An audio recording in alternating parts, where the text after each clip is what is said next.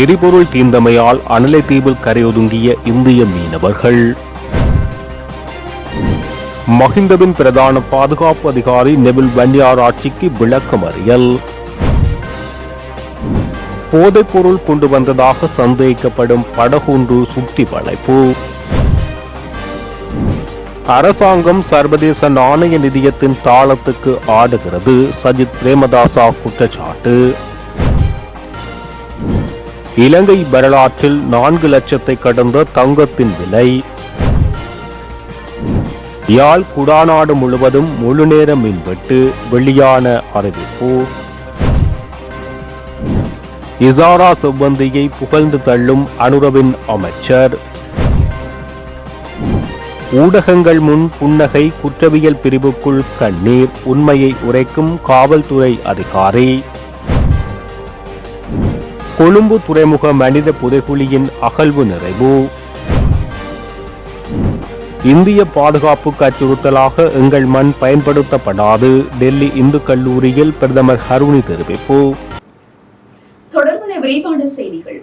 கடலில் தொழிலில் ஈடுபட்டிருந்த வேளை படகில் எரிபொருள் தீர்ந்தமையால் அனலைதீவு கடற்பகுதியில் 3 இந்திய கடற்றொழிலாளர்கள் தஞ்சமடைந்துள்ளனர். தஞ்சமடைந்த மூவரையும் ஊர்காவல்துறை போலீசார் போலீஸ் நிலையத்தில் தடுத்து வைத்து மேலதிக விசாரணைகளை முன்னெடுத்து வருகின்றனர். புதுக்கோட்டை, ராமநாதபுரம் பகுதிகளைச் சேர்ந்த 3 கடற்தொழிலாளர்கள் நேற்றைய தினம் புதன்கிழமை கடற்தொழிலுக்காக கடலுக்கு சென்றிருந்தனர். கடலில் தொழிலில் ஈடுபட்டிருந்த வேளை படகின் இயந்திரத்துக்கான எரிபொருள் தீர்ந்தமையினால் படகு காற்றின் திசையில் அனலைதீவு கடற்பகுதியில் கரையொதுங்கியுள்ளது. அது தொடர்பில் உள்ளூர் கடற்தொழிலாளர்கள் போலீசாருக்கு அறிவித்ததை அடுத்து மூவரையும் மீட்ட போலீசார் ஊர்காவல்துறை போலீஸ் நிலையத்தில் தடுத்து வைத்து விசாரணைகளை முன்னெடுத்துள்ளனர். விசாரணைகளின் பின்னர் நீதிய வளத்துறை அதிகாரிகள் ஊடாக ஊர்காவல்துறை நீதவான் நீதிமன்றத்தில் முற்படுத்த நடவடிக்கை எடுத்துள்ளனர். லஞ்ச ஒழிப்பு ஆணைக்குழுவினால் கைது செய்யப்பட்ட முன்னாள் ஜனாதிபதி மஹிந்த ராஜபக்சவின் பிரதான பாதுகாப்பு அதிகாரி நெவில் வன்னியாராஜியை இம்மாதம் 31ஆம் தேதி வரை விளக்கமறியலில் வைக்க கொழும்பு நீதவான் நீதிமன்றம் இன்று உத்தரவிட்டது. அதன்படி அக்டோபர் 31ஆம் தேதி வரை மீண்டும் விளக்கமறியலில் வைக்க கொழும்பு நீதவான் நீதிமன்றம் இன்று உத்தரவு பிறப்பித்தது. மஹிந்த ராஜபக்சவின் தலைமை பாதுகாப்பு அதிகாரி நெவில் வன்னியாராட்சி கடந்த 2ஆம் தேதி லஞ்ச ஊழல் விசாரணை ஆணைக்குழுவினால் கைது செய்யப்பட்டார். 28 மில்லியன் ரூபாவுக்கும் அதிகளவான பெறுமதி கொண்ட சொத்துக்களை ஈட்டிய விதம் குறித்து வெளியிட தவறிய குற்றச்சாட்டின் பேரில் அவர் கைது செய்யப்பட்டு நீதிமன்றத்தில் முன்னிலைப்படுத்தப்பட்டார். இதேவேளை சட்டவிரோத சொத்துக்கள் குவிப்பு தொடர்பாக வாக்குமூலம் பதிவு செய்வதற்காக வன்னியாராட்சி கடந்த ஆண்டு டிசம்பர் குற்றப்புலனாய்வு திணைக்களத்துக்கு அழைக்கப்பட்டமை குறிப்பிடத்தக்கது. போதைப்பொருள் தொகையை கொண்டு வந்ததாக சந்தேகிக்கப்படும் படகொன்று தெற்கு கடற்பகுதியில் வைத்து கடற்படையால் சுற்றி வளைக்கப்பட்டுள்ளது. போதைப்பொருள் தொகையை கொண்டு வந்ததாக சந்தேகிக்கப்படும் படகொன்று தெற்கு கடற்பகுதியில் வைத்து கடற்படையால் சுற்றி வளைக்கப்பட்டுள்ளது. குறித்த படகு மற்றும் அதிலிருந்து 5 பேர் காலி மீன்பிடி துறைமுகத்துக்கு அழைத்து வரப்பட்டதாக கடற்படை தெரிவித்துள்ளனர். நீண்ட நாள் தங்கியிருந்து போதைப்பொருள் வர்த்தகத்தில் மேற்கொண்ட படகாக இது கருதப்படுவதாக கடற்படை கருதுகின்றது. ஜனாதிபதி அனுரகுமார திசாநாயக்க தலைமையிலான தேசிய மக்கள் சக்தி அரசாங்கம் சர்வதேச நாணய நிதியத்தின் காலத்திற்கு ஆட்டம் போடுவதாக குற்றம் சுமத்தப்பட்டுள்ளது. எதிர்க்கட்சித் தலைவர் சஜித் பிரேமதாசா இந்த குற்றச்சாட்டை சுமத்தியுள்ளார். இந்த அரசாங்கம் சர்வதேச நாணய நிதியத்தின் பிரதிநிதிகளாக ஆட்சி பொறுப்பினை ஏற்றவில்லை என அவர் சுட்டிக்காட்டியுள்ளார். இந்த அரசாங்கம் மக்களின் பிரதிநிதிகளாக ஆட்சிபிடமேறியதாக அவர் வலியுறுத்தியுள்ளார். எனினும் தற்போதைய அரசாங்கம் சர்வதேச நாணய நிதியத்தின் தாளத்துக்கு ஆட்டம் போடும் கைப்பாவைகளாக மாறியுள்ளது என சுட்டிக்காட்டியுள்ளார். கடந்த காலங்களில் மின்சார கட்டணங்களை 33% குறைப்பதாக வாக்குறுதியளித்த அரசாங்கம் மின்சார கட்டணத்தை அதிகரிப்பதற்கு ஆயத்தமானதாக அவர் தெரிவித்துள்ளார். சர்வதேச நாணய நிதியத்தின் அழுத்தம் காரணமாக இவ்வாறு மின்சார கட்டணத்தை அதிகரிக்க முயற்சிக்கப்பட்டது என சுட்டிக்காட்டியுள்ளார். எனினும் வீதியில் இறங்கி போராட்டம் நடத்தப்படும் என ஐக்கிய மக்கள் சக்தியால் விடுக்கப்பட்ட அச்சுறுத்தல் காரணமாக இந்த மின்சார கட்டண அதிகரிப்பு திட்டம் கைவிடப்பட்டது என சஜித் பிரேமதாசா தெரிவித்துள்ளார். புலனறுவை பகுதியில் நடைபெற்ற நிகழ்வு ஒன்றில் பங்கேற்ற போது அவர் இதனை தெரிவித்துள்ளார். விவசாயிகளுக்கு பல்வேறு நலன்புரி திட்டங்களை வழங்குவதாக அறிவித்த அரசாங்கம் அதனை நடைமுறைப்படுத்தவில்லை எனவும் விவசாயிகளுக்கு உரிய நேரத்தில் உரமானியங்கள் கிடைக்கப் பெறுவதில்லை என சஜித் பிரேமதாசா குற்றம் சாட்டியுள்ளார். இலங்கை வரலாற்றில் 24 கேரட் 1 பவுன் தங்கத்தின் விலை இன்று 4 லட்சத்தை கடந்துள்ளதாக செட்டியார் திரு தங்க சந்தை தகவல்கள் தெரிவிக்கின்றன. இதன்படி 24 கேரட் 1 பவுன் தங்கத்தின் விலை 4,10,000 அதிகரித்துள்ளதாக தெரிவிக்கப்படுகிறது.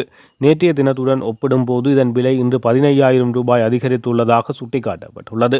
அத்துடன் 22 கேரட் 1 பவுன் தங்கத்தின் விலை இன்றைய தினம் 13,800 ரூபாய் அதிகரித்து 379,200 ரூபாவாக காணப்படுகிறது. நேற்றைய தினம் 24 கேரட் 1 பவுன் தங்கத்தின் விலை 3,95,000ஆகவும் 22 கேரட் 1 பவுன் தங்கத்தின் விலை 3,65,400 ரூபாவாகவும் காணப்பட்டமை குறிப்பிடத்தக்கது. பல்கலைக்கழக மாணவர்கள் மகாபுல புலமை பரிசில் திட்டத்திற்கு விண்ணப்பிப்பதற்குரிய கால அவகாசம் நீட்டிக்கப்பட்டுள்ளது. குறித்த விடயம் பல்கலைக்கழக மானியங்கள் ஆணைக்குழு வெளியிட்டுள்ள அறிக்கையில் தெரிவிக்கப்பட்டுள்ளது.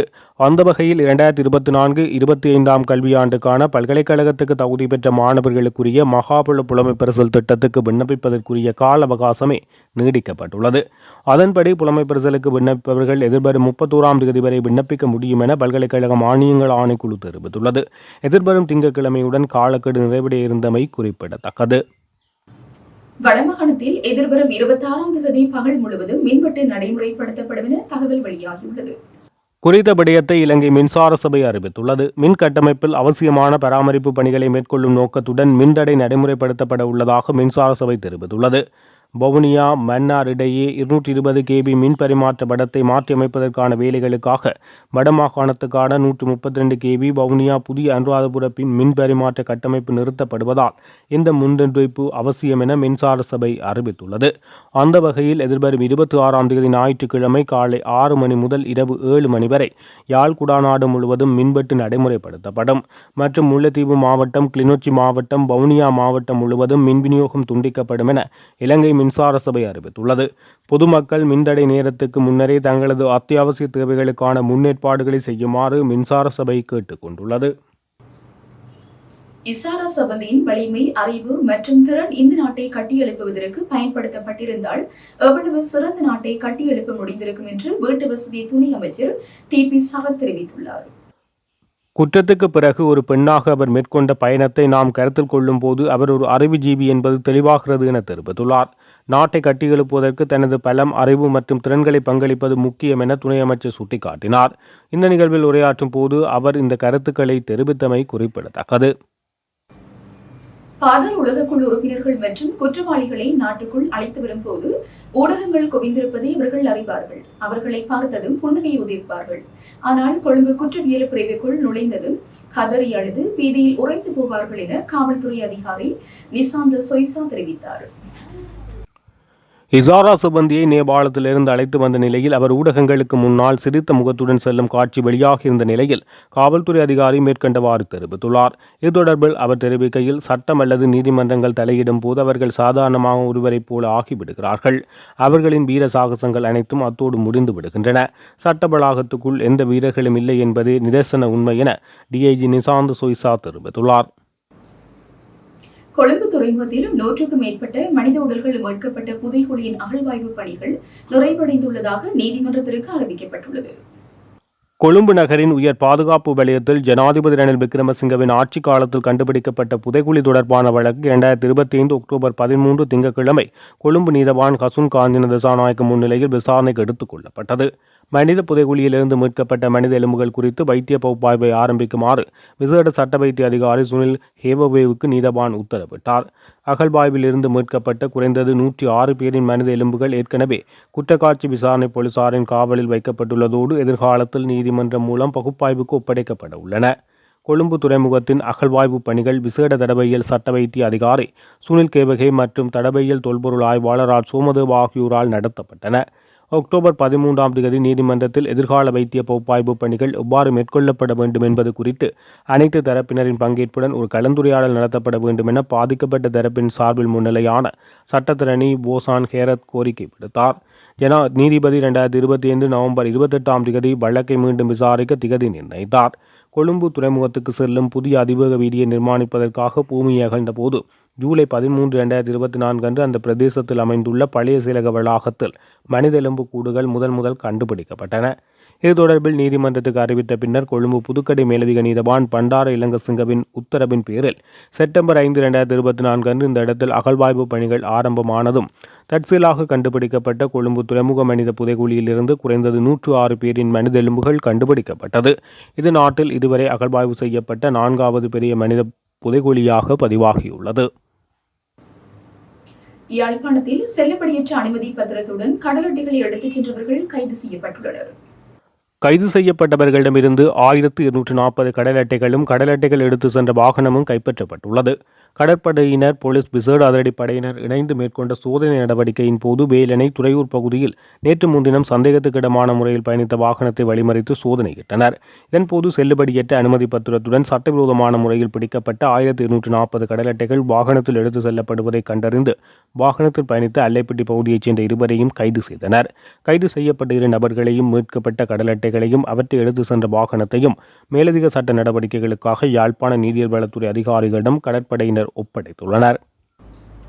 பிரதமர் கலாநிதி ஹரிணி அமரசூரிய தான் கல்வி கற்ற புதுடில்லி பல்கலைக்கழகத்தின் இந்து கல்லூரியில் நடைபெற்ற வரவேற்பு நிகழ்வில் உரையாற்றினார். அப்போது அவர் இந்தியாவின் பாதுகாப்பிற்கு அச்சுறுத்தல் ஏற்படுத்தும் வகையில் இலங்கையின் மண் ஒருபோதும் பயன்படுத்தப்படாது என்ற இறையாண்மை கொள்கையை இலங்கை தொடர்ந்தும் கடைபிடிக்கும் என வலியுறுத்தினார். இந்தியாவின் பாதுகாப்பை அச்சுறுத்தும் வகையில் இலங்கையின் மண் ஒருபோதும் பயன்படுத்தப்படாது என்ற இறையாண்மை கொள்கையை இலங்கை நிலைநிறுத்தி வருகிறது எனவும் இக்கொள்கை புனிதமாக நிலைத்திருக்கும் என பிரதமர் ஹரிணி அமரசூரிய உறுதியளித்தார். பிரதமர் அமரசூரிய ஜனநாயகம் என்பது வேடிக்கை பார்ப்பவர்களின் விளையாட்டு அல்ல, அது கடினமான உழைப்பு என வலியுறுத்தினார்.